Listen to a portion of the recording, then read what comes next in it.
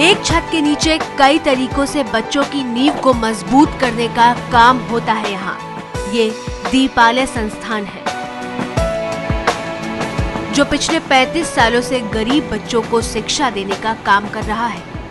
35 साल पहले गरीब तबके के बच्चों को शिक्षा देने के उद्देश्य से जो बीज बोया गया था, अब वो एक विशाल वृक्ष बन चुका है, जिसकी छांव में अब तक 2,70,000 से ज्यादा बच्चों का भविष्य संवर चुका है। दीपालय संस्थान का पहला स्कूल 1979 में महज 5 बच्चों और 17,500 रुपए की पूंजी के साथ शुरू हुआ था। 5 बच्चों के साथ शुरू हुआ ये सफर अब 2,500 बच्चों तक पहुंच चुका है। संस्थान के 6 स्कूल चल रहे हैं। 35 साल पहले की बात है, जब मैं दिल्ली में आया हूँ। मेरे साथ हमारा केरल से कुछ लोग आए थे। जब आगे बैठते बैठते हमारे को महसूस हुआ कि हम तो आगे बढ़ गया, लेकिन अड़ोस पड़ोस में बहुत सारा लोग ऐसा है कि वो अनपढ़ है, बेकार है, गरीब है।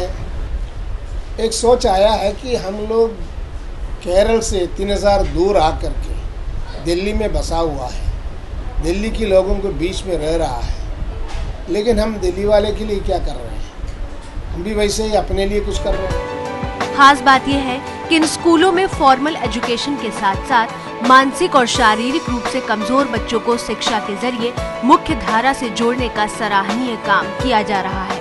यहाँ पे जितने भी बच्चे आते हैं, सबको अलग अलग तरह की दिक्कतें रोज़मर्रा की काम में आती हैं। जैसे कि अगर बच्चा सुन बोल नहीं सकता है तो वो उसके एक अलग क्लास है जो कि speech and hearing impaired unit है, जिसमें बच्चे को कम्युनिकेशन स्किल सिखाई जाती हैं और उनकी इंडिविजुअल स्पीच थेरेपी भी होती है।